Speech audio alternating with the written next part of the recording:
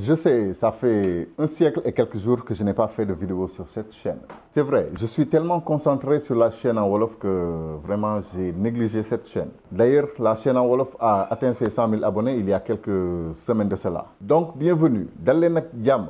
Bienvenue sur la chaîne Jadin TV. Si c'est la première fois que vous me regardez, je vous demande de vous abonner, de liker cette vidéo pour qu'on puisse faire plus de vidéos sur cette chaîne. Aujourd'hui, je vais réagir à une vidéo réaction de l'investisseur africain que vous connaissez sûrement. C'est vrai, nous Sénégalais, quand on touche à notre président, on réagit. Donc voilà, l'investisseur africain, ils ont réagi sur une vidéo du président Bassirou Diomaye Faye qui a été interviewé par une Chinoise. Donc on écoute leur réaction et après on leur donne la nôtre. Salut les amis et bienvenue dans ce nouvel épisode de Rex, la revue Express. Ici, on décrypte les infos, les actus et les faits divers. Salut CR. Salut Janice, comment ça va? Ça va. Ça va? Oui, on est en mode sommet Chine-Afrique là, à mort, à fond. C'est parti, c'est parti. Donc là, on va se tourner du côté du Sénégal. Donc il y a une interaction que Diomaye Faye, Bassirou Diomaye Faye, vous dites de dire son excellence, Bassirou Diomaye Faye, du coup, a eu à faire avec une journaliste chinoise. Donc pareil, je ne l'ai pas suivi pour avoir une réaction à vif. Je balance à l'écran et comme ça, on voit ensemble. Ok? 3. Donc déjà là, moi je pense qu'il y a quelque chose il y a un tout petit problème qui se passe avec notre président. D'après la vision que nos frères africains ont de lui, on dirait que beaucoup ne le comprennent pas. Beaucoup s'attendent à ce qu'il trahisse. Ce problème est survenu dès son élection avec Nathalie Yam qui avait dit déjà des choses comme si Bassirou Diomaye Faye allait sûrement et forcément trahir le peuple. Finalement, les gens se sont vraiment levés contre lui et ont commencé dès le début à tirer sur lui. Nos frères africains n'en veulent pas. Ils ne savent pas réellement pourquoi nous l'avons choisi, pourquoi nous avons voté pour lui. Ils ne comprennent pas voilà quoi, il y a plein de choses.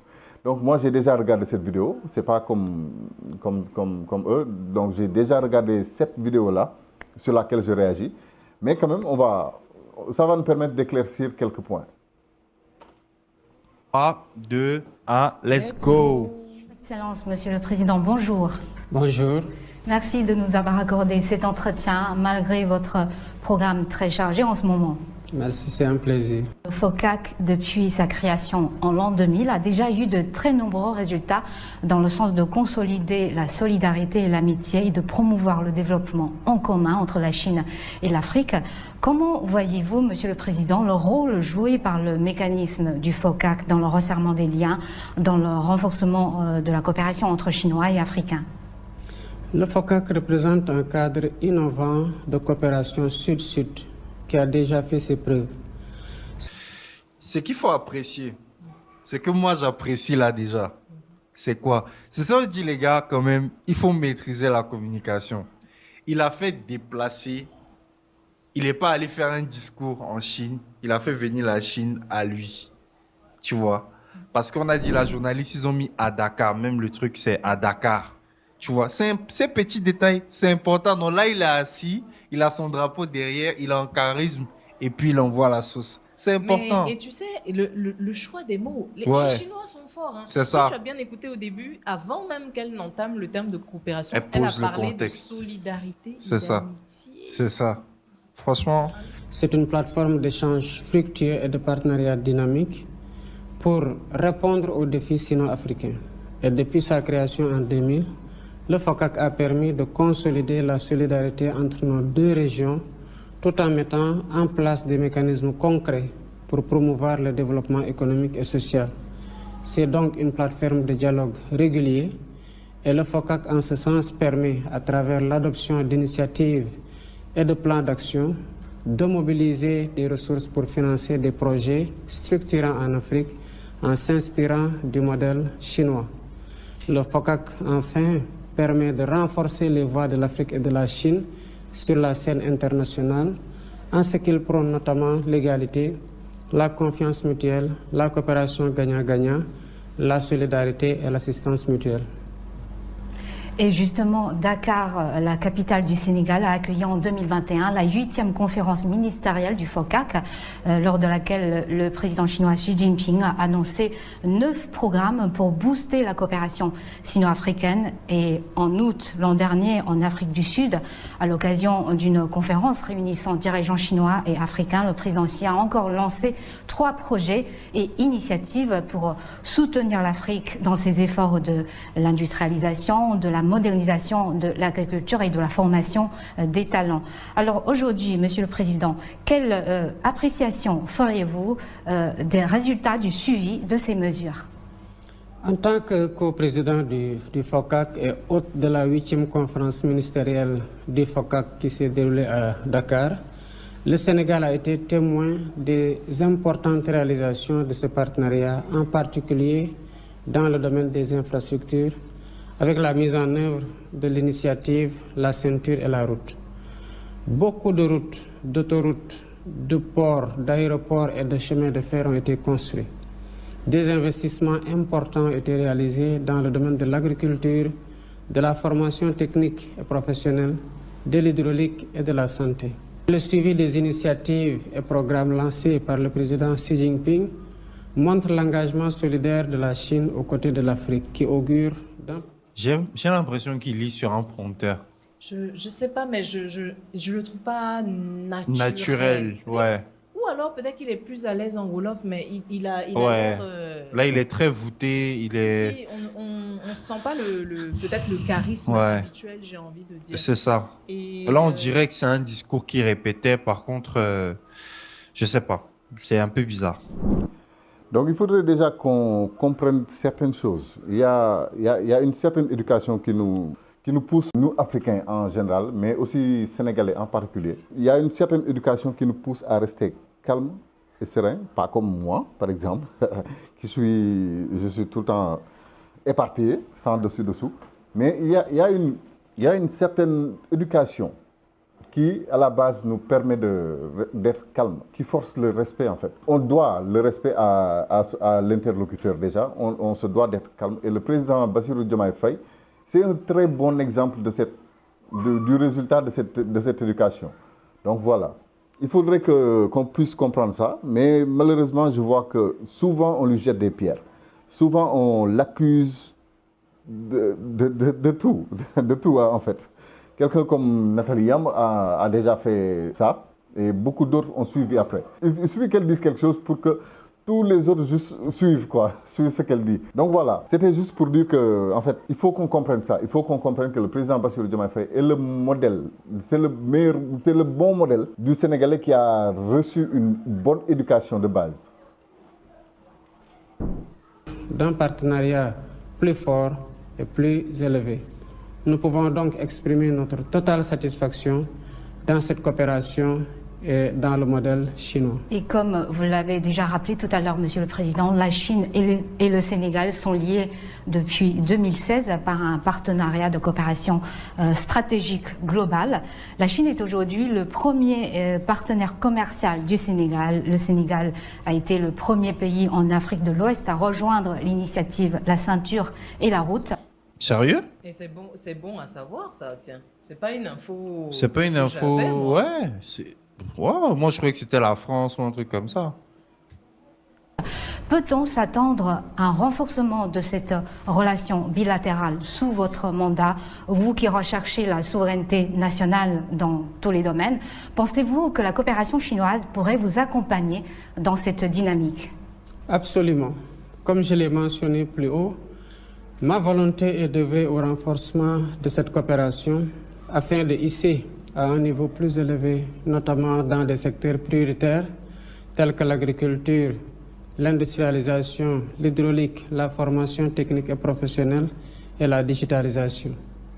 La recherche de la souveraineté nationale dans tous les domaines est une priorité pour mon gouvernement, qui est en train de finaliser la vision 2050 et le référentiel des politiques publiques que nous comptons mettre en œuvre bientôt.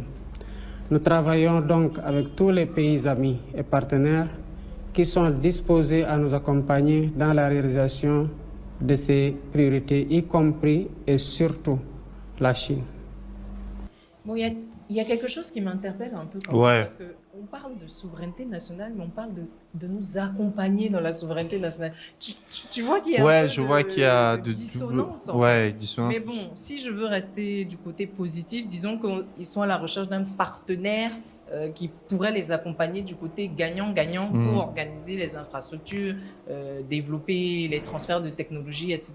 Et tout. Sinon, là, on a presque l'impression que on veut que la Chine nous prenne la main pour qu'on puisse, tu vois, Ouais, c'est bizarre. j'ai pas trop compris. Moi, j'aime l'impression qu'il lisait sur un prompteur, genre, il y a un truc derrière et puis il est en train de... J'ai pas trop compris. Les deux ont l'air- bon, elle, je pense peut-être même que... Est-ce que elle s'exprime en chinois ou c'est une interprète qui traduit? Parce que j'ai Non. l'impression que les deux Bon, même... parce que là, il y a déjà un souci. Le souci, c'est que c'est effectivement ça le problème, c'est que le président Bassirou Diomaye Faye, il est très mal compris. Il n'est pas mal compris par nous, les Sénégalais, parce que c'est nous qui l'avons élu. Nous l'avons élu parce qu'on le connaît, en fait, parce qu'on sait quel genre de personne il est, parce qu'on sait comment est le Sénégalais lambda. Et lui, c'est vraiment le bon Sénégalais lambda, si j'ose le dire comme ça. Donc, je sais, des fois, je vois dans les commentaires qu'on le traite de tous les noms. On lui dit du n'importe quoi. On a du mal à le comprendre. Mais voilà. Il n'appelle pas à trouver un papa, quoi. Quelqu'un qui va nous prendre, nous Sénégalais, par la main et nous diriger, quoi. Comme l'a si mal fait la France. Non. Là, actuellement, c'est qu'il cherche à s'ouvrir. On cherche, nous Sénégalais, à s'ouvrir, surtout. Ce n'est pas qu'on a besoin d'un papa, d'un colon, quelqu'un qui vient pour nous prendre la main et pour nous diriger. Ce n'est pas ce qu'ils cherchent. Donc, il faudrait qu'on puisse dépasser cette mentalité ici en Afrique. Il faudrait qu'on puisse savoir qu'on peut y arriver. Il le faut. Mais malheureusement, on dirait que beaucoup de nos frères africains n'ont même plus espoir. On n'a même plus espoir d'avoir un dirigeant, par exemple, qui est honnête. Un dirigeant qui ne s'occupe pas que de ses propres intérêts et des intérêts de ses militants, etc. On n'arrive pas, on ne veut plus croire qu'un président, un dirigeant africain peut réellement faire la différence. Donc voilà pourquoi, malheureusement, on lui cherche des poux. Mais le temps nous dira. On verra bien. Peut-être que c'est pas leur Non, c'est elle-même qui D'accord, parle. Hein. donc c'est deuxième langue pour les deux. Donc ils ont l'air, on sent un peu de stress chez C'est les ça. deux. Parce que quand tu t'exprimes pas nécessairement dans ta première langue, ouais, il y a un peu de... Si. C'est ça aussi, hein. Ça, je pense que c'est un problème continental ou international de ce point de vue, parce que là, c'est la chinoise qui est obligée de parler en français, en fait. Donc, parce que sûrement le président Bassirou Diomaye Faye ne parle pas chinois, et que la journaliste ne parle pas wolof, et qu'on a besoin d'une audience plus grande. Donc, il faut peut-être parler en français. Mais moi, je pense que le premier bateau dans les roues de l'Afrique, c'est cette langue-là, quoi. C'est cette langue française. C'est ça qui nous sépare. Par exemple, nous, au Sénégal, on a la chance d'avoir cette langue, le wolof, qui nous rassemble. Peu importe les ethnies, peu importe la région où se trouve le Sénégalais, partout, les gens parlent wolof. C'est une langue nationale, quoi, réellement. Donc, c'est ça qui nous permet de nous comprendre, nous, en tant que Sénégalais. Mais quand on a besoin de s'exprimer, voilà, on est obligé de parler français. Mais ce n'est pas notre langue à la base. Donc c'est ça qui crée tous ces problèmes entre Africains, je pense bien. Cette langue, on la comprend peut-être pas. Ou bien on ne l'aime pas autant. Ou bien voilà quoi. Donc c'est un peu difficile. Par exemple, comment les Sénégalais comprennent Bassirou Diomaye Faye ne peut pas être la même façon dont les Africains de façon générale comprennent le président. Donc ils nous parlent en wolof, nous parlons en wolof. Par exemple, si vous êtes dans des groupes panafricains, disons, et que vous voyez qu'il y a des Sénégalais, si vous remarquez, ils vont souvent virer vers le wolof. Là, je fais ma vidéo, mais je fais les efforts qu'il faut pour ne pas inclure le wolof. Mais sinon, dama leen di làkk wolof, je vous le dirai et je pense que je vais faire ça après avec mes vidéos. Je vous parlerai français, mais je mettrai des mots wolof. C'est ça qui va me permettre de balancer un peu. Donc, je pense que cette langue, déjà, c'est un souci. C'est ça qui nous divise avant tout. Bien qu'une langue devrait nous rassembler, mais malheureusement, elle nous divise. C'est ça le problème. Je dirais qu'ils font attention à ce qu'ils vont dire. Et en termes de politique internationale, on parle aujourd'hui de plus en plus de Sud global. La Chine en fait partie, comme le Sénégal.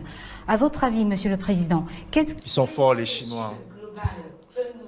Ils sont forts. Hein. Tu vois, le truc de dire les petits noirs là-bas, les Chinois disent non, on est avec vous. Non, franchement, ça c'est fort. Ça c'est très très fort. Et c'est ça que malheureusement la France n'a pas compris.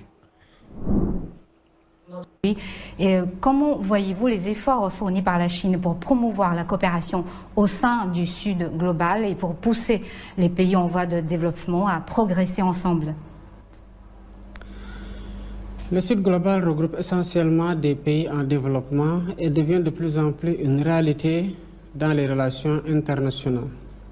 Il prône la réforme du système international qui, nous le savons tous, est devenu obsolète en ce qu'il perpétue le statu quo et ignore les besoins légitimes de sa plus grande majorité. Le système international est contesté et qu'il urge de le réformer, mais le réformer dans le sens de le rendre plus inclusif, plus juste, plus équitable dans l'intérêt bien compris de tous. Une dernière question avant de terminer cet entretien, Monsieur le Président. La République populaire de Chine va souffler sa 75e bougie en octobre cette année. Quelle évaluation auriez-vous des résultats obtenus par mon pays sur son chemin de la modernisation à la chinoise et que pensez-vous des initiatives lancées par le président Xi Jinping ces derniers ans en termes de développement mondial, en termes de sécurité et de civilisation? Et je vous dis déjà joyeux anniversaire par anticipation et joyeux anniversaire au peuple chinois, à la République populaire de Chine. J'aurai l'occasion d'adresser mes félicitations au président Xi Jinping et de lui renouveler l'amitié du peuple sénégalais au peuple chinois. Avec une politique de grandes réformes d'ouverture, la Chine a pu réaliser des progrès impressionnants sur la voie de la modernisation. Et ce, grâce à une approche qui allie développement économique rapide, réduction de la pauvreté et amélioration des conditions de vie de sa population. Donc les résultats... Là, je dirais pas trop. Hein. Je dirais plus sacrifice de sa population. En fait, je t'avouerais que moi, j'ai même un peu comme décroché. En fait. Ouais, c'est ça. Parce que, comment dire la journaliste chinoise est venue, elle lui a accordé le respect qu'elle lui doit. Ils se sont vraiment pas mis en... Il n'y avait pas de condescendance. C'est l'une des rares interviews que je vois entre guillemets, où il y a du respect. Journalistes et présidents africains, où on ne sent pas vraiment de condescendance. C'est ça. Est-ce que le président Diomaye Faye s'est senti à la hauteur de cet exercice? Est-ce qu'il est à l'aise dans cet exercice? Je n'ai pas l'impression. Je pense pas. Je pense pas non plus. Même le modèle de modernisation à la chinoise. Là, c'est vraiment mal connaître le président Bassirou Diomaye Faye. Il est vraiment à l'aise. Il est dans son élément. C'est la journaliste qui est venue à Dakar. Peut-être que s'il était dans un environnement inconnu, sur un terrain inconnu, là, on pourrait dire qu'il n'est pas à l'aise. Mais là, il est à l'aise. C'est comme je disais au début, c'est le bon modèle du Sénégalais lambda qui a été bien éduqué. C'est ça que vous avez. Si vous avez un bon Sénégalais bu ñu yar, maanaam koo xam ne on l'a bien éduqué. Laissez-moi parler wolof aussi. Mais bon, c'est une chaîne en français, donc il va falloir que je parle français. Mais je vais la parler comme je la parle, quoi, en fait. J'ai reçu un jour un commentaire, quelqu'un me disant que j'avais pas l'accent français, quoi. Je me dis, mais c'est bête. Vous m'excuserez, mais c'est un peu bête, quoi. Comment est-ce qu'on peut dire à un Africain que tu n'as pas l'accent français, donc tu ne dois pas parler? Mais on aime notre langue, nous. On aime notre Wolof. Donc le président Bassirou Diomaye Faye, il est dans son élément.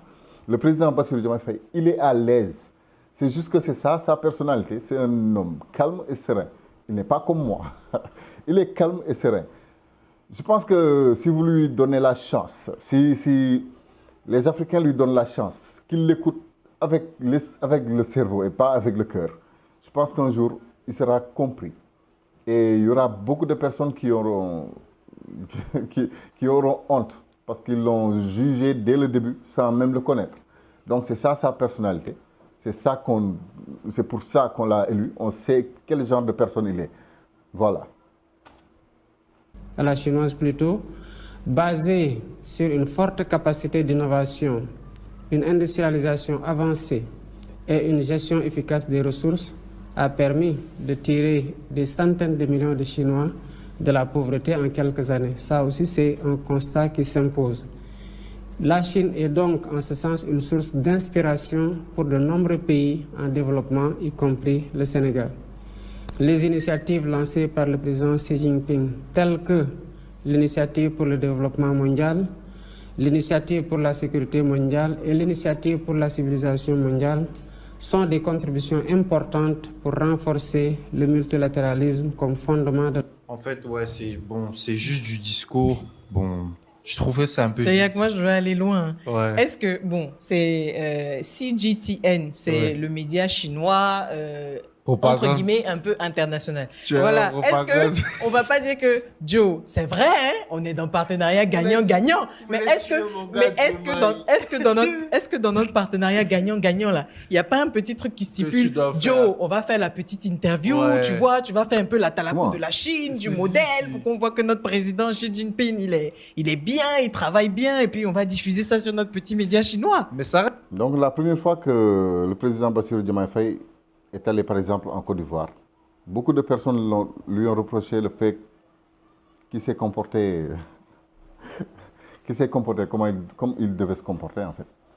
Donc beaucoup de personnes lui ont reproché de ne pas avoir giflé le président ivoirien ou de ne pas lui avoir manqué de respect. Sûrement que c'est à ça que beaucoup s'attendaient, mais il ne l'a pas fait. Il ne l'a pas fait parce qu'il a reçu une bonne éducation. Donc, il ne le ferait jamais. Peut-être vous pourrez lui reprocher le fait qu'il soit allé là-bas. Peut-être bien. Vous pourrez lui reprocher ce qu'il a dit là-bas. Peut-être bien. Mais dans ce cas, par exemple, dans ce cas précis, voilà, c'est comme si ils disent que le président a été manipulé en quelque sorte. Vous nous dites que le président a été manipulé, littéralement, c'est ça. Parce que avant une interview, si le journaliste lui demande de jeter des fleurs à la Chine, donc ça veut dire que cette interview n'est même pas authentique. Cette interview n'est pas véridique. Cette interview est une pure manipulation. Donc c'est peut-être ça que vous voulez dire. Donc c'est pas logique en fait. C'est pas logique. Moi je pense, tel que je le ressens, tel que nous connaissons l'homme, il ne se plierait pas à ça. Ils ne sont pas là, ils n'ont pas été élus avec cet esprit d'esclave, quoi. Cet esprit d'esclave qui reste encore toujours ancré dans nos têtes, nous, Africains, parce qu'on pense que non.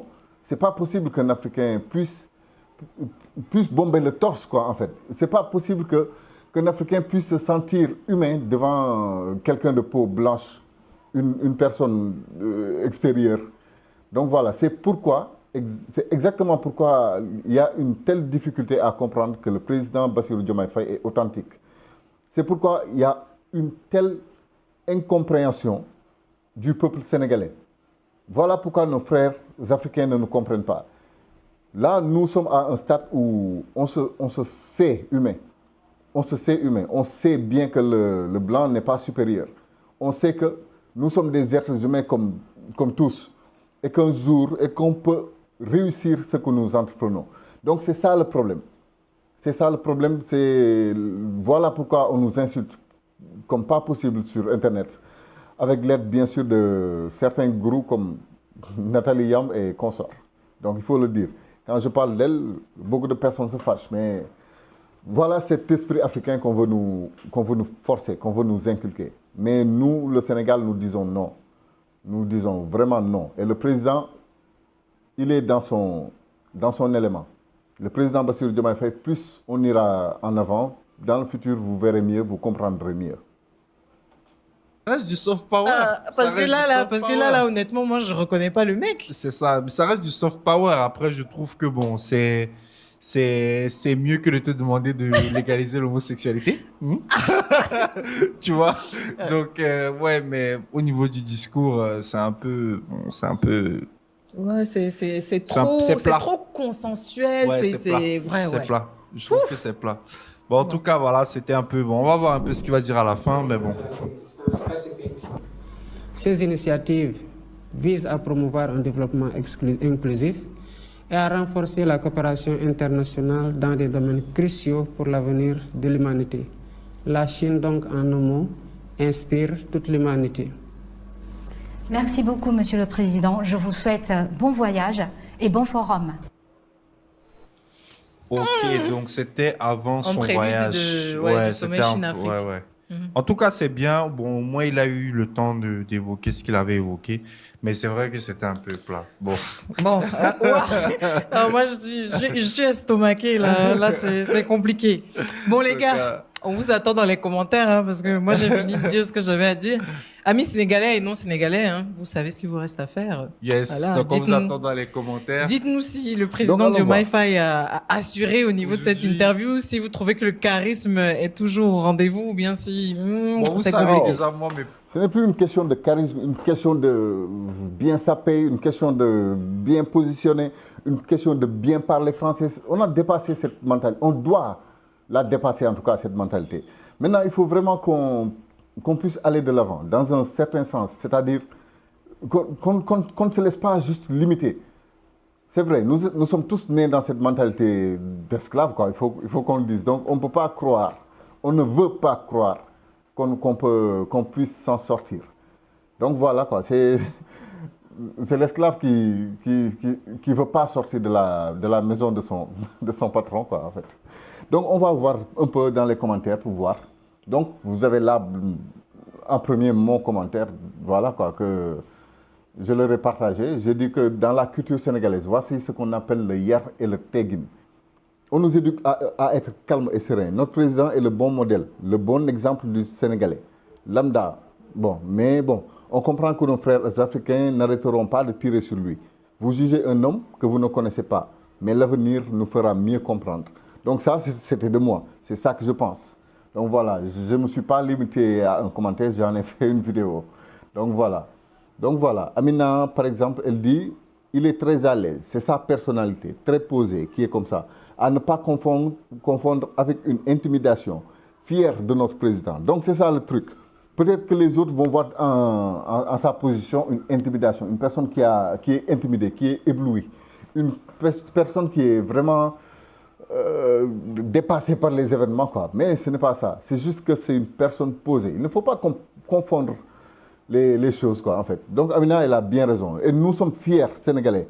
Nous sommes fiers de notre président.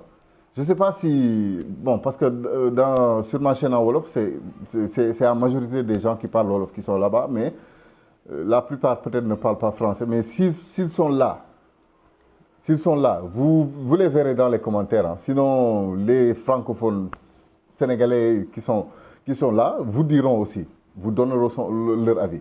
Donc, on a trop tôt, beaucoup de nos frères africains ont trop tôt jugé le livre sans même regarder la couverture, quoi. Le livre était encore dans le paquet cadeau, dans le papier d'emballage, là. Mais vous avez jugé le livre juste à partir de ce papier d'emballage-là. Donc voilà, le président n'était même pas encore installé, que les pierres ont commencé à fuser de partout, quoi. C'est dommage. Donc Black dit, je suis franco-congolais et soyez fiers de votre président, vous les Sénégalais. Et oui, mais on va l'être. On va être fiers de notre président. Nous le sommes déjà. Et nous allons le porter partout. Nous allons vraiment, comme on l'a montré au régime passé, nous allons montrer à quel point nous, Sénégalais, nous sommes fiers de notre président. Donc, beaucoup de personnes m'ont déjà insulté, beaucoup de personnes ont déjà insulté le président, beaucoup de personnes ont déjà insulté le peuple sénégalais globalement, quoi. Mais ce qu'ils ne savent pas, c'est que nous savons où nous allons. Nous, Sénégalais, nous savons où nous allons. Donc, qui veut insulter peut dire n'importe quoi. Qui veut dénigrer peut dire ce qu'il veut. Mais nous, Sénégalais, nous resterons fiers et nous savons parfaitement où nous allons avec notre président. Ni dit, le président Diomaye est de nature posée. Je ne vois pas de mal dans son interview. La Chine est un modèle de développement économique. C'est absolu. Cela ne veut pas dire qu'on va se reposer sur la Chine pour nous développer. Donc voilà, ce commentaire vraiment résume la situation. On ne va pas se reposer sur la Chine pour espérer un développement. Nous savons ce que nous avons au Sénégal. Nous savons qu'on peut se développer par nous-mêmes. Mais le président Diomaye appelle au multilatéralisme. plus comme avant, qu'on n'avait même pas on avait le droit de travailler qu'avec la France, par exemple. Maintenant, l'Africain en général, nous sommes tous éveillés. Nous savons ce qui se passe dans le monde et nous voulons que ce changement s'opère sur le continent, partout en Afrique. Donc, particulièrement là, dans ce cas, au Sénégal, nous savons ce que nous avons. Nous savons les richesses que nous avons. Nous savons ce qu'il nous faut comme personne pour diriger ce pays. Donc, nous l'avons déjà. Nous ne cherchons pas à nous reposer sur la Chine ou sur la Russie ou sur la France, les États-Unis, l'Angleterre, whatever. Ce qu'on cherche, c'est plutôt le multilatéralisme. On peut travailler avec n'importe qui. On peut travailler avec tout le monde. Donc, c'est ça que le président prône. Voilà. Tidiane Saho, merci président sénégalais. Diomaye Faye, pertinent, posé, calme. C'est de quoi parler et lire bien dans les questions. Avec des réponses sans complexe. Il n'y a plus de complexe. Cette question de complexe, c'est fini.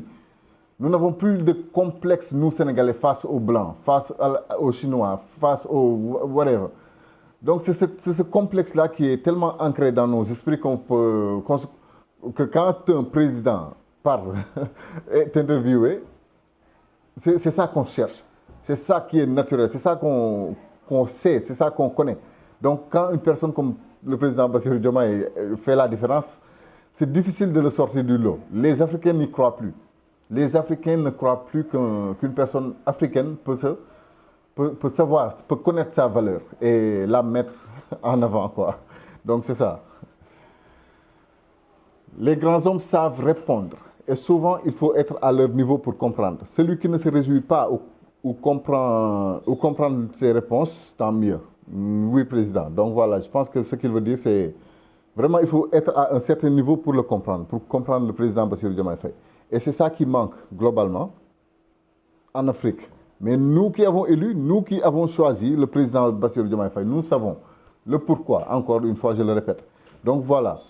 Pour le reste, je pense qu'il faudra encore du temps. Je pense qu'il faudra 1 an, 2 ans, encore un peu plus de temps, quoi, pour que les Africains comprennent l'homme qu'ils ont en face. Peut-être nous, Sénégalais, nous ne pouvons pas expliquer. Parce que si je fais cette vidéo, mais il y aura sûrement des commentaires négatifs qui diront que, voilà quoi, qu'ils vont lui dire du n'importe quoi. Essayons une chose, par exemple. Permettez-moi de juste survoler les commentaires que j'ai reçus sur la vidéo à propos de Nathalie Yamb, elle qui accusait le président de tout, en fait. Donc voilà, on survole juste les commentaires. Pour vous dire à quel point, et c'est tellement décevant, à quel point nos frères africains nous souhaitent le malheur. Ils nous souhaitent le malheur pour dire que oui, Nathalie Yamb avait raison, par exemple. Donc voilà, par exemple, Maurice Nomo qui dit, inquiétant dirigeant sénégalais, on espérait voir une vraie rupture. Oh que non, Diomaye Faye fait déjà de la politique, des polémiques, quel dommage. Et là, ça, il y a 4 mois. Et Diomaye Faye, il a été élu il y a 6 mois, je pense bien. Mars, avril, mai, juin, juillet, août, 5 mois, 6 mois. Donc voilà. Touré Ahmed qui dit « Maman Nathalie, bravo pour votre sagesse. Celui-ci, Amadou Ouedraogo, mon frère, avec tout le respect que je vous dois, il faut, entre nous les Africains, il faut accepter les critiques. Et nous, si on est unis et fort, mais quand on est divisé, on est faible. » Ça, c'est vrai. Il faut les accepter, les critiques, mais les critiques objectives. Donc voilà quoi. C'est pas parce qu'une personne comme Nathalie Yamb jette des pierres qu'on doit tous jeter des pierres sur la personne qu'elle attaque. Non. Mais on a aussi le droit de donner notre propre avis. Et moi, personnellement, j'étais quelqu'un qui suivait beaucoup Nathalie Yamb, mais dans ce cas-là, je me suis rendu compte que vraiment, c'est la mère des abeilles, quoi. C'est la reine mère des abeilles. Donc voilà. Tout le monde, il y a beaucoup de personnes qui la prennent comme une déesse et tout ça. Ce qu'elle dit, c'est l'évangile, mais bon. Je pense qu'avec le temps, beaucoup de personnes auront honte. Donc bon, pour que la vidéo ne soit pas trop longue, elle l'est déjà, je vais m'arrêter là et voilà, après je vous donne rendez-vous dans une autre vidéo, Inch'Allah Rabbi. Merci beaucoup. La France a beaucoup fait ces dernières années pour le continent africain. Bienvenue sur Jadine TV. Vous êtes plus d'un millier à être... Donc je disais que vous êtes plus d'un millier à être arrivés sur la chaîne depuis hier. Je vous en remercie et vous souhaite la bienvenue. Une question. Vous souvenez-vous de ça? C'est la même unité dont nous devons faire preuve face aux grands défis régionaux et aux défis mondiaux qui sont les nôtres. Car au-delà des conflits que nous connaissons et que je viens d'évoquer, il nous faut ensemble continuer d'assurer le respect de la souveraineté de chacun, de bâtir des solutions régionales et internationales face aux défis. C'est tout le sens de la relation que nous voulons avec l'Afrique. Un nouveau partenariat, et c'est ce que depuis 2 ans, nous œuvrons à faire. Donc ça, c'est le discours que le président de la France a tenu à l'ONU il y a quelques mois. Et il y a beaucoup de choses à analyser dans ce discours, notamment des menaces à l'Afrique, mais surtout à certains nouveaux dirigeants, que ce soit ceux de l'AES, que ce soit du Sénégal. Nous allons aussi écouter la dernière sortie du Premier ministre du Sénégal, M. Sonko Ousmane, lors de sa visite à Ouagadougou. La France a beaucoup fait ces dernières années pour le continent africain. Elle a beaucoup fait ces dernières décennies, mais tout particulièrement au Sahel où les armées françaises ont combattu avec succès le terrorisme, côte à côte avec leurs partenaires régionaux et internationaux. La France a beaucoup fait pour l'Afrique ces dernières décennies. Moi, je dirais plutôt ces derniers siècles. La France a vraiment beaucoup fait pour l'Afrique. Adieu à tous nos ancêtres qui ont traversé l'Atlantique. Ah, elle était belle la colonisation. Ah, quelle était belle la néocolonisation. Alors, merci à la France. Toutefois, les coups d'État militaires dans la région nous ont conduits à en tirer les conclusions légitimes. Mais l'Europe et l'Afrique ont devant elles un destin commun qui exige un partenariat large. Partenariat de paix et de sécurité qui suppose d'en renouveler les termes, plus de formation, plus d'équipement, plus de respect réciproque. Gardez bien en tête la façon dont le président Macron a parlé de respect réciproque. Plus de formation, plus d'équipement, plus de respect réciproque. On va y revenir très vite. Écoutons rapidement le Premier ministre Ousmane Sonko sur ce que je considère un peu comme une réponse à cela. Alors, on va parler peut-être de la coopération entre le Sénégal et la France, parce que nous tirons donc vers la fin de cet entretien. Alors, quel est l'état de cette coopération aujourd'hui? Elle est comme toutes les autres coopérations. Il n'y a pas d'exception ou de spécificité. Je ne vais pas tout développer parce que je ne suis pas là pour parler de la France, en ce sens que ce serait peut-être donner ce que vous ne voulez pas, c'est ce qu'on va faire, donner un poteau de relief à une collaboration par rapport à beaucoup d'autres. Je crois que nous avons dépassé cette étape où un pays, quelle que soit l'histoire qui a pu nous lier dans le passé, qui continue à nous lier, qu'un pays focalise toute notre attention. Nous considérons que la France est un partenaire comme tous les autres. Nous n'avons rien contre elle et nous posons des actes de souveraineté. Tous les jours que Dieu fait, nous posons des actes de souveraineté. Non pas parce que nous voulons, nous avons des griefs contre tel ou tel, mais c'est comme ça que doit marcher un pays dès lors qu'il se dit pays indépendant. Je vous ai parlé tout à l'heure de l'exemple des bases militaires qui sont particulièrement françaises en l'occurrence, parce que c'est le seul pays qui disposait de bases militaires. Ceci dit, en dehors de ces considérations, nous avons des relations avec la France, comme nous en avons avec le Burkina, avec le Mali, avec les États-Unis, avec la Chine. C'est des relations normales, ordinaires. Jusque-là, tout est clair. Et le Premier ministre Ousmane Sonko va encore mieux éclaircir ses dires. Nous y reviendrons. Partenariat également reposant sur l'économie, l'énergie, le sport, la culture, la mémoire. C'est ce qu'avec le Bénin, le Sénégal, le Cameroun, l'Algérie, le Maroc et beaucoup d'autres pays, nous avons patiemment construit ces dernières années et que nous continuerons de mettre en œuvre. Avez-vous là aussi remarqué la façon dont Macron a dit? Patiemment construit ces dernières années et que nous continuerons de mettre en œuvre. Je ne sais pas comment vous allez comprendre ce qu'il a dit, mais à mon avis c'est clair. L'Afrique n'a pas le choix et le président Macron a été très clair. La France propose une alternative, non pas pour se substituer à quiconque, mais pour redonner aux États de la région la possibilité de choisir leurs partenaires, projet par projet, et de coopérer davantage avec tous dans leur environnement. Vous l'avez compris, cette logique partenariale, c'est celle qui vise à bâtir de nouveaux équilibres, à refuser la fragmentation du monde ou les grammaires anciennes, mais à chercher dans un respect réciproque à bâtir les chemins de stabilité et de paix. Parlons de ce respect réciproque. C'est exactement ce que dit le Premier ministre du Sénégal, Ousmane Sonko. Il est temps que nous, Africains, considérons la France comme un pays comme n'importe quel autre pays. Il faudrait que ce soit un partenariat gagnant-gagnant, basé sur le respect mutuel. Mais la question est-ce que ce que le président Macron appelle respect est la même chose que ce que le Premier ministre Ousmane Sonko, par exemple, appelle respect? La France pourra-t-elle jamais respecter l'Afrique? That is my question. Nous n'avons pas peut-être les mêmes développements entre le Sénégal et la France que ceux qu'il y a eu entre le Burkina et la France ou un autre pays avec la France. Et c'est là où chaque pays doit s'adapter par rapport à son histoire passée mais surtout présente. Et nous reconnaissons à chaque pays le droit de faire ses choix. Il faut il est impératif, parce que là je m'adresse à une certaine opinion africaine, parce qu'on se trompe souvent de combat. Il faut qu'on sorte d'une posture où c'est comme ça ou c'est rien. On a été suffisamment divisé pendant trop longtemps, et quelquefois sur des détails. Aujourd'hui, il est question de réunir tous les panafricains, tous les souverainistes, de les réunir autour du combat qui est celui de la libération de l'Afrique. Ça, c'est le message que je ne cesse de répéter sur cette chaîne à tous nos frères africains. Il est vraiment temps qu'on se réunisse. Il est temps qu'on s'unisse. Nous n'avons plus besoin de nous déchirer. Nous n'avons plus le droit de nous insulter les uns les autres, de nous souhaiter le mal ou l'échec, comme c'est à quoi s'attendent beaucoup de nos frères, jusqu'à prier pour l'échec du président Diomaye et de Sonko, juste pour dire, nous vous l'avions dit, il est temps que cela change. Tous les souverainistes, de les réunir autour du combat qui est celui de la libération de l'Afrique, de la réappropriation par l'Afrique de ses ressources naturelles, de tout son potentiel, de gagner les vrais combats qui sont les combats de la sécurité et le combat du développement économique et social. Et ce matin, on a longuement discuté avec le président Traoré, que je considère comme un ami et un frère. Le président Traoré, on se parlait, j'étais opposant, il venait d'arriver au pouvoir. La dernière fois qu'on s'est parlé avant mon arrestation, c'était 48 heures avant mon arrestation.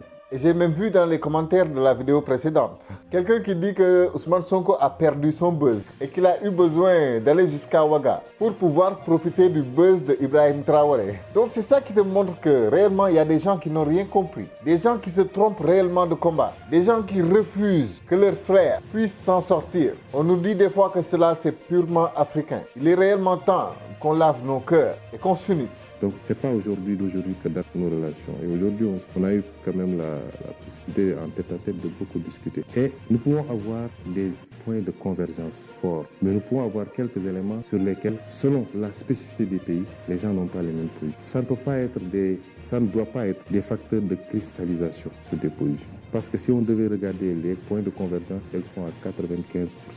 Le Burkina, c'est le Burkina. Le Sénégal, c'est le Sénégal. La Côte d'Ivoire, c'est la Côte d'Ivoire. Un autre pays, c'est un autre pays. Et je réitère, nous, Sénégal, notre combat, au-delà des divergences qu'il y a, qu'on peut comprendre, c'est de tout faire pour réunir les fils et les filles d'Afrique autour d'objectifs communs, forts, pour faire face au reste du monde et aller à la conquête du monde. Et si on veut faire ça, il nous faut faire preuve de dépassement et de tolérance mutuelle sur les aspects. Personne n'est plus panafricain que quelqu'un d'autre. C'est selon les contextes que les gens s'adaptent. Quand nous posions le débat souverainiste et quand nous menions le combat, ça fait 10 ans que nous avons commencé en tant qu'opposants anonymes, inconnus. Il y a 10 ans, vous aurez parlé de Sonko au Burkina, les gens vous diront, est-ce que c'est pas un Burkinabé, est-ce que c'est pas un Zongo qu'on a transformé en Sonko là-bas? Et même au Sénégal, il y a 10 ans, Sonko n'était pas du tout connu, mais il a su, par son patriotisme, par toutes ces valeurs sénégalaises que les gens omettent ou ne peuvent comprendre, que sont le Djom, le Fulla, le Faïda, le Ngor surtout, il a réussi à se hisser. Pas lui personnellement en tant que personne, mais lui en tant que Sénégalais. Il a réussi à se hisser au sommet, pas pour le luxe ou les plaisirs du pouvoir, pas pour les richesses, pas pour les milliards, mais bien pour le peuple.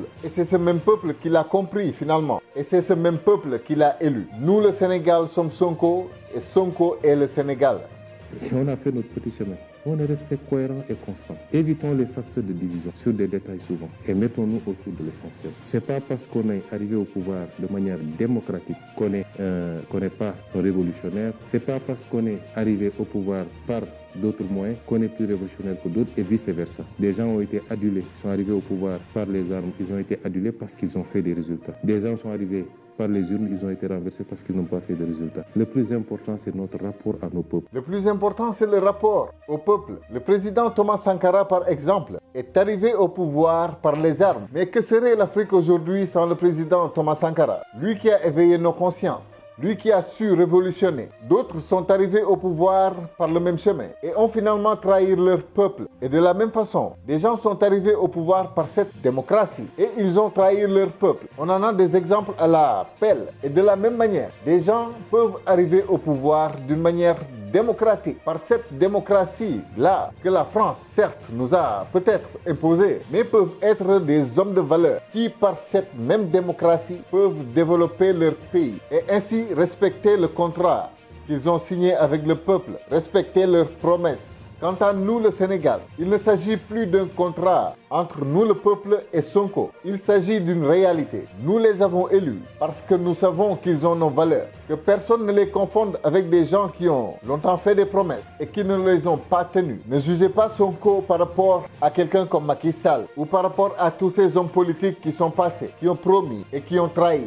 La France propose une alternative, non pas pour se substituer à quiconque, mais pour redonner aux États de la région la possibilité de choisir leurs partenaires, projet par projet. Il est temps que la France déjà comprenne que la jeunesse africaine s'est réveillée. Nous n'avons absolument rien à voir avec nos ancêtres, ni avec nos grands-parents, ni avec nos pères. Aujourd'hui, cette jeunesse qui a été éveillée par le message de Thomas Sankara, cette jeunesse qui a su s'adapter et qui a vu la réalité, cette jeunesse qui s'est réellement décomplexée, veut aujourd'hui un changement total et un respect total. C'est exactement ce que la France a encore du mal à comprendre. Voilà pourquoi le président Macron, dans sa langue de bois, a menacé l'Afrique tout entière. Et c'est juste parce qu'il ne comprend toujours pas. Vous l'avez compris, cette logique partenariale, c'est celle qui vise à bâtir de nouveaux équilibres, à refuser la fragmentation du monde ou les grammaires anciennes, mais à chercher dans un respect réciproque à bâtir les chemins de stabilité et de paix. Il ne cesse de répéter respect réciproque. Parce que c'est ce que quelqu'un comme Ousmane Sonko disait. Il est temps que la France nous respecte et que ce partenariat soit un partenariat gagnant-gagnant. Et quand la France a vu tout ce qu'elle perdait en Afrique, c'est alors que le président Macron a parlé et a répété des mots comme respect et réciproque. Au-delà de cela, le défi qui est le nôtre, percuté par évidemment les conflits que j'évoquais à l'instant, serait de perdre le fil de notre agenda multilatéral, de perdre l'efficacité à laquelle nous sommes attachés. Et après avoir vécu la pandémie qui nous avait rappelé avec tant de force l'importance de certains de ces défis communs, d'oublier qu'il nous faut poursuivre ce fil. Ce fil qui est leur agenda. Cet agenda qui a été mis en place depuis des siècles sûrement et qui repose sur l'exploitation de l'Afrique. Et c'est exactement ce dont on ne veut plus. Quand est-ce qu'ils comprendront? Et pourtant, il leur faut continuer. Il ne faut pas qu'ils perdent le fil. Il y a un chemin singulier pour chaque pays, c'est la clé de la souveraineté. Et ensuite, il faut un choc financier public et un effet de levier privé supplémentaire. C'est ce qui nous a ainsi permis, il y a 3 ans, de soutenir, d'œuvrer à l'augmentation des droits de tirage spéciaux du FMI et d'obtenir la réallocation effective de près de 100 milliards de droits de tirage spéciaux au profit des pays qui en ont le plus besoin, tout particulièrement en Afrique. Révolution silencieuse, mais indispensable. C'est pourquoi aussi, fort de ce pacte, et nous étions avec plusieurs des membres à l'instant, sous l'autorité efficace du président Macky Sall et avec le concours des Nations Unies, de l'OCDE et des organisations concernées, nous voulons poursuivre ce cycle de réformes et mener une réforme profonde des banques multilatérales de nos... Que de belles paroles, hein? Le français est vraiment une très belle langue de bois. Donc en utilisant et en usant de mots, en montant, en descendant, en passant par la gauche, par la droite, un beau parleur comme le président Macron peut nous dire exactement les choses telles qu'elles sont, nous décrire exactement le plan du diable, mais que nous verrons comme quelque chose de magnifique. Donc ce discours visait surtout aussi à lancer un message précis au président fraîchement élu, Bassirou Diomaye Diakhar Faye du Sénégal, et à tous ses dirigeants de l'AES, que la France avait ses intérêts, et que ces intérêts ne s'arrêteraient pas là, comme ça, que la France ne perdrait pas le fil, qu'elle continuerait la mise en œuvre de son agenda. Le Burkina est une patrie pour moi.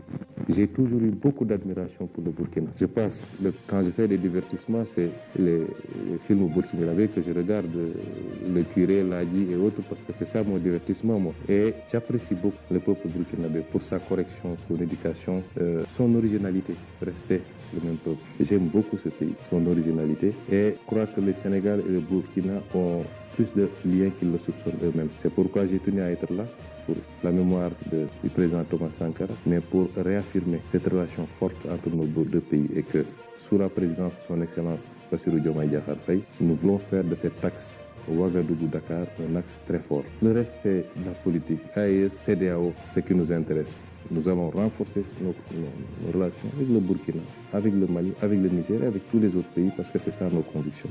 Donc voilà, je pense qu'il est temps que l'Afrique ne se limite plus à des sigles, CEDEAO, RTGD, LM, peu importe.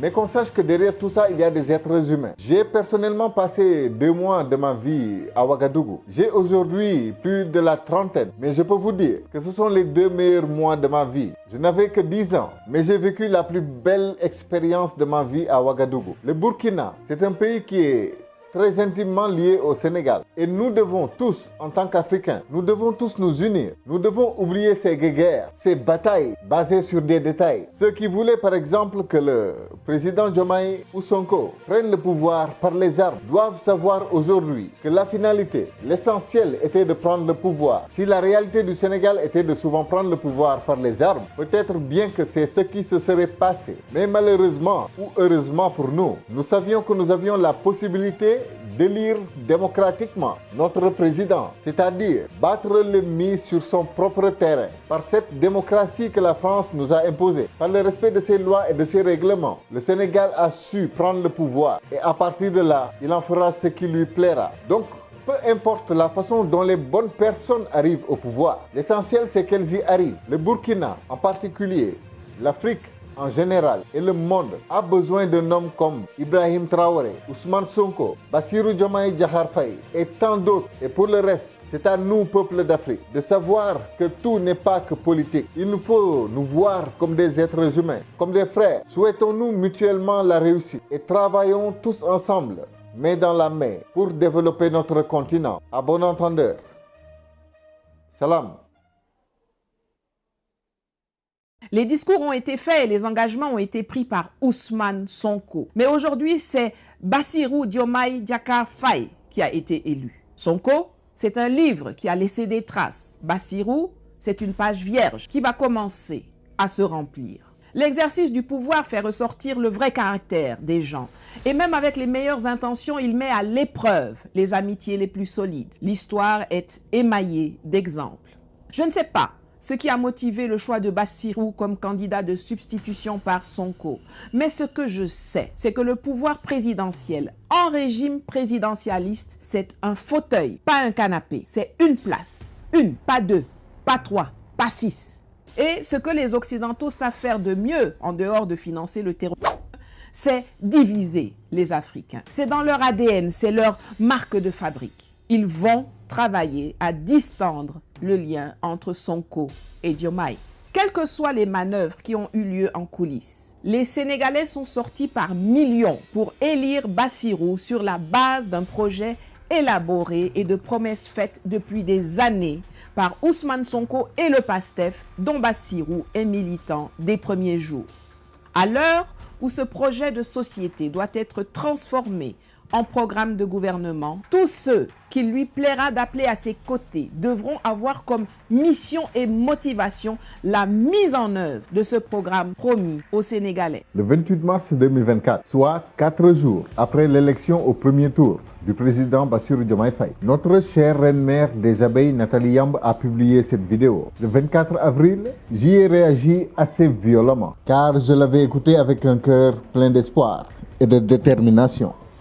En effet, avec la majorité de la population sénégalaise, je m'étais battu à ma façon pour un Sénégal meilleur.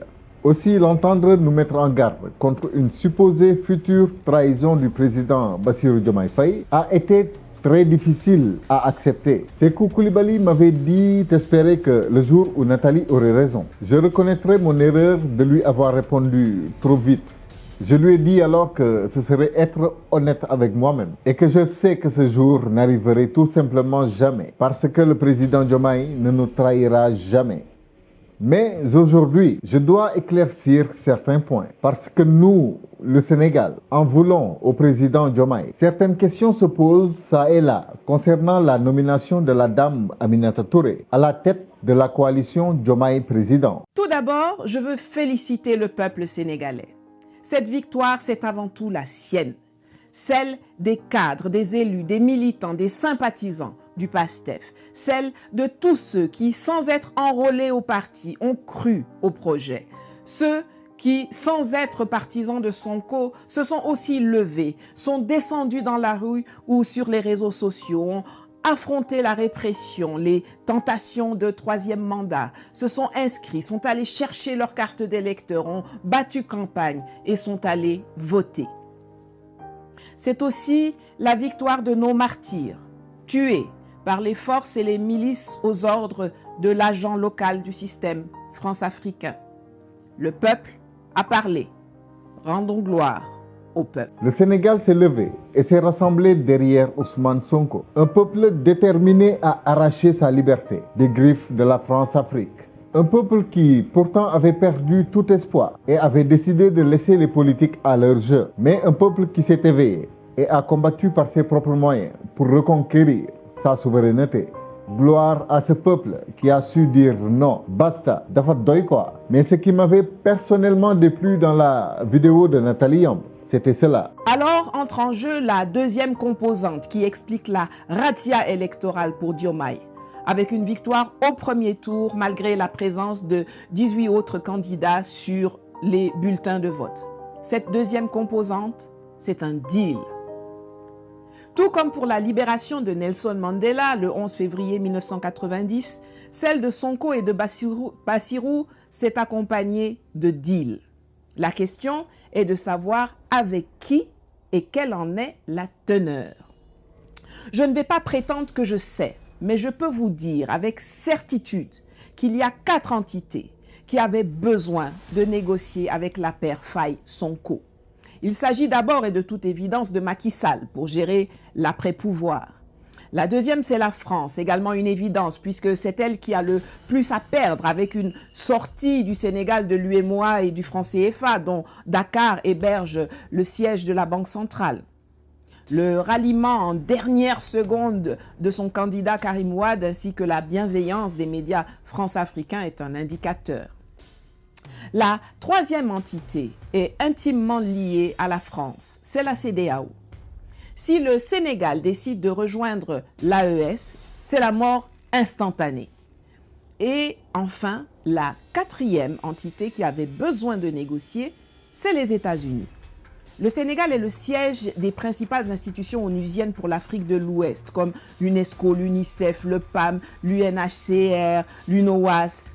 Mais surtout, en compétition géopolitique avec la Chine et la Russie et à la recherche d'un siège africain en Afrique de l'Ouest pour le commandement militaire américain en Afrique, qui est jusqu'ici basé à Stuttgart, en Allemagne, les USA préfèrent nettement composer avec des réformateurs comme Sonko plutôt que de laisser le cancre Macron continuer d'instaurer le chaos dans ce pays stratégique du Golfe de Guinée, non seulement parce qu'il est nouvellement producteur de pétrole et de gaz, mais aussi parce qu'il est un des points de départ d'une vague migratoire en direction des États-Unis qui est centrale au sein du débat politique américain en cette année électorale. Nathalie, après avoir félicité le peuple, a parlé de deal. C'était à mon avis assez rabaissant, comme si en réalité ce n'était pas la volonté populaire qui a élu le PASTEF, mais un deal avec Macky Sall, un deal avec la France, un deal avec la CEDEAO, un deal avec les États-Unis. Alors j'ai posé la question de savoir ce que Nathalie Yamb appelait un deal. Un deal, c'est une négociation. Quand vous entamez les pourparlers, vous savez qu'il y a des choses sur lesquelles vous allez lâcher du lest, que vous allez abandonner. Et puis il y a des choses sur lesquelles vous serez intransigeant, auxquelles vous ne renoncerez pas. Négocier est une démarche légitime en politique. La question est de savoir qu'est-ce que Ousmane Sonko et Bassirou Faye ont peut-être accepté d'abandonner. Le temps nous le dira. L'exercice du pouvoir est différent de la conquête du pouvoir ou de son commentaire.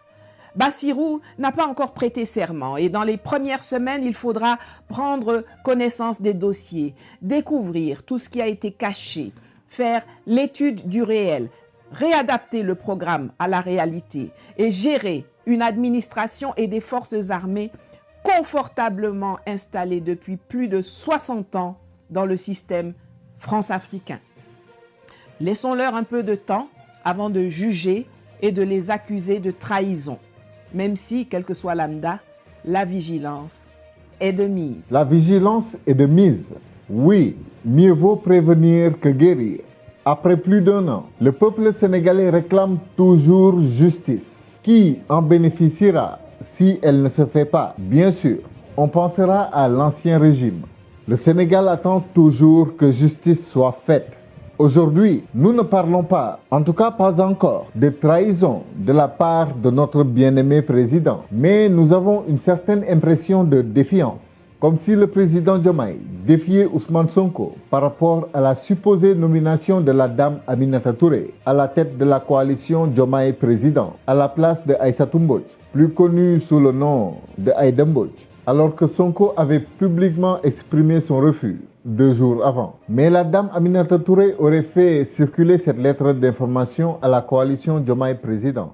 Chers alliés, par lettre en date du 10 septembre 2025, reçue le même jour, j'ai informé Mme Aïda Mbodj de la fin de sa mission à la tête de la coalition Diomaye Président. Je l'ai remerciée pour son engagement et son dévouement sans commune mesure à la tête de la coalition pour la victoire du 24 mars 2024. Aussi ai-je choisi Mme Aminata Touré, superviseur général de notre campagne électorale à la présidentielle de mars 2024, pour conduire ce processus qui devra être marqué du sceau de l'ouverture, de la recherche de l'efficience opérationnelle. Je ne doute point que son expérience, son engagement et son esprit fédérateur nous seront de très grands apports dans la restructuration de notre organisation qui devra déboucher sur une coalition plus forte au service de la vulgarisation positive de l'action du gouvernement sous la conduite éclairée du Premier ministre Ousmane Sonko. Signé Bassirou Diomaye Diakhar Faye. Ce qui a eu l'effet d'un tsunami. Beaucoup de Sénégalais se demandent le pourquoi, si tout cela est vrai. Pourquoi le président Diomaye ferait une telle chose contre la volonté de Sonko, alors même qu'il n'aurait pas le pouvoir d'une telle nomination, comme l'explique clairement ce communiqué du Bureau politique national de Pastef les Patriotes. Pastef les Patriotes note avec satisfaction la volonté exprimée par M. Bassirou Diomaye Diakhar Faye de restructurer la coalition dénommée Diomaye Président dans le but de déboucher sur une coalition plus forte au service de la vulgarisation positive de l'action du gouvernement. Toutefois, Pastef tient à faire les rappels et précisions suivants.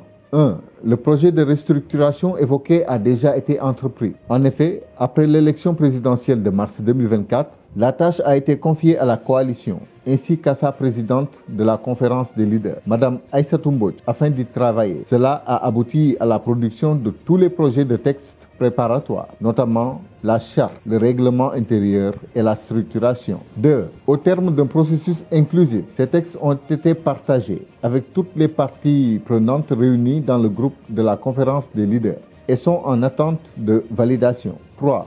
Un nom a même été proposé pour la nouvelle coalition, APT, Alliance patriotique pour le travail et l'éthique, considérant que Diomaye Président a atteint son objectif électoral. 4.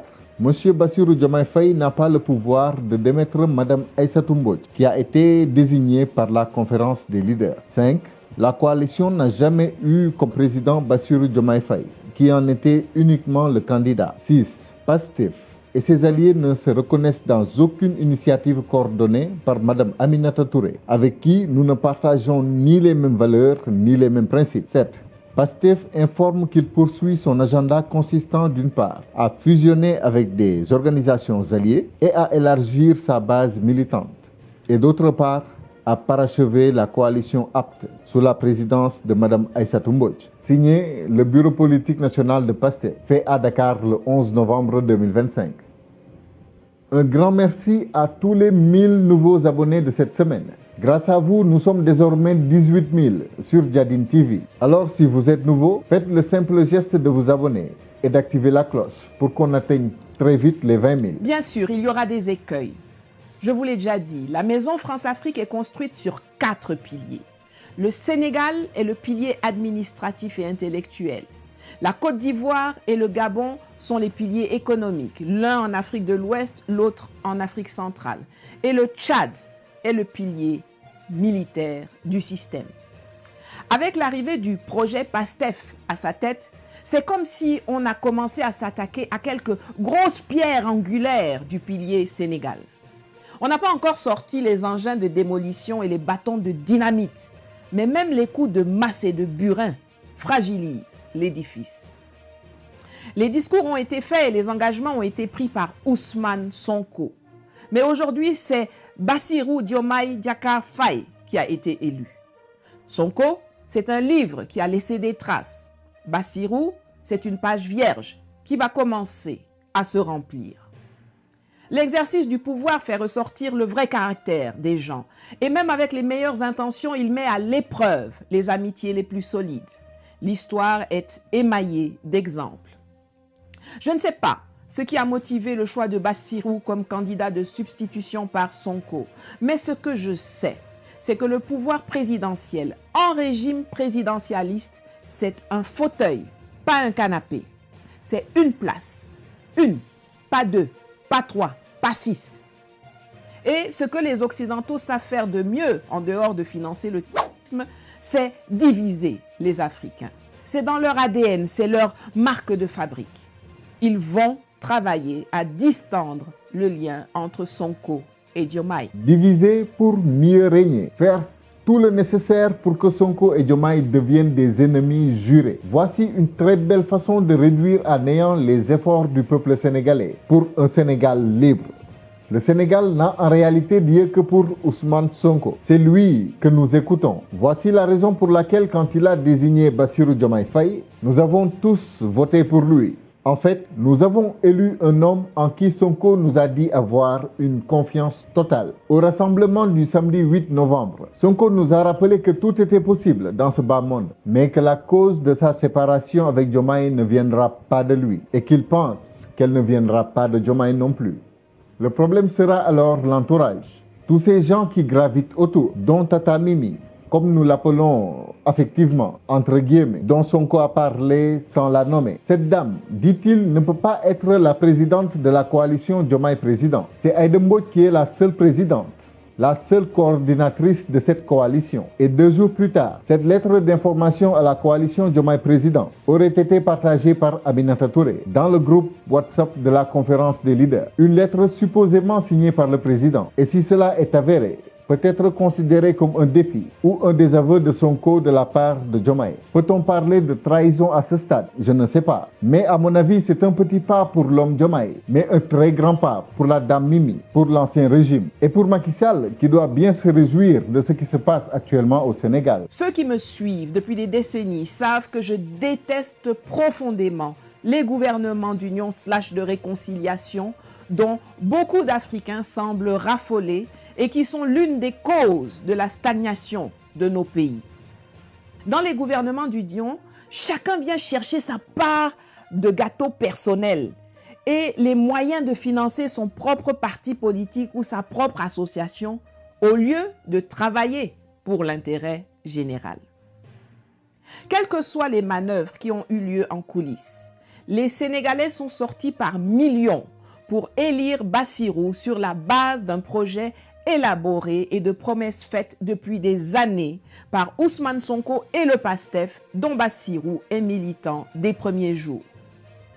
À l'heure où ce projet de société doit être transformé en programme de gouvernement, tous ceux qu'il lui plaira d'appeler à ses côtés devront avoir comme mission et motivation la mise en œuvre de ce programme promis aux Sénégalais. Mais malheureusement, et nous le savons tous, malgré toute la bonne volonté du président Diomaye, il y aura forcément des personnes qui vont essayer de le dévier de son objectif promis. On sait comment cela se passe en Afrique et on sait que le pouvoir a ses réalités. La question que le Sénégal se pose actuellement est: le président Bassirou Diomaye Faye va-t-il préférer Mimi Touré au Sénégal? Je veux dire, va-t-il préférer Aminata Touré à Ousmane Sonko? Parce qu'en réalité, Sonko moins Sénégal.